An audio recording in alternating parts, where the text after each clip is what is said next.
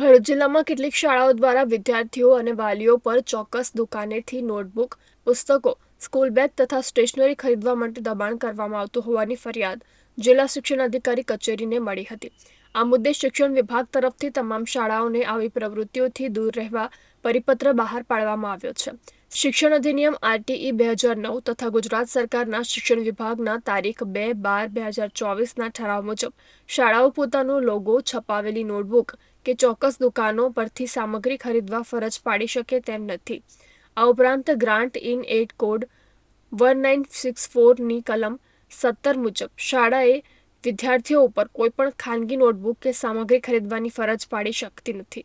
આ અંગે જિલ્લા શિક્ષણ અધિકારી સ્વાતિબા રાઓલે જણાવ્યું હતું કે આવી ઘટનાઓ સામે આવશે તો તેઓ વિરુદ્ધ આરટીઈ એક્ટ અને શિક્ષણના નિયમો હેઠળ કડક દંડાત્મક કાર્યવાહી કરવામાં આવશે. શિક્ષણની જોગવાઈ નિયમોની વિરુદ્ધ છે. બાળકોને અને વાલીઓને શાળામાંથી કે કોઈ પર્ટિક્યુલર દુકાનેથી ગણવેશ, સ્ટેશનરી કે બીજા કોઈ પણ પ્રકાશનના પુસ્તકો ખરીદવા માટે ફરજ પાડવી તે નિયમ વિરુદ્ધની બાબત છે અને જો આવી કોઈ ફરિયાદ મળશે તો તે સ્કૂલ વિરુદ્ધ કડક કાર્યવાહી કરવામાં આવશે.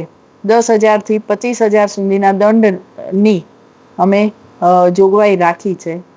કોઈ પણ શાળા આ રીતે વાલીઓને અને બાળકોને ફરજ પાડી શકશે નહીં કોઈ ચોક્કસ દુકાનેથી અથવા શાળામાંથી સ્ટેશનરી કે બૂટ મોજા કે ગણવેશ ખરીદવા માટે.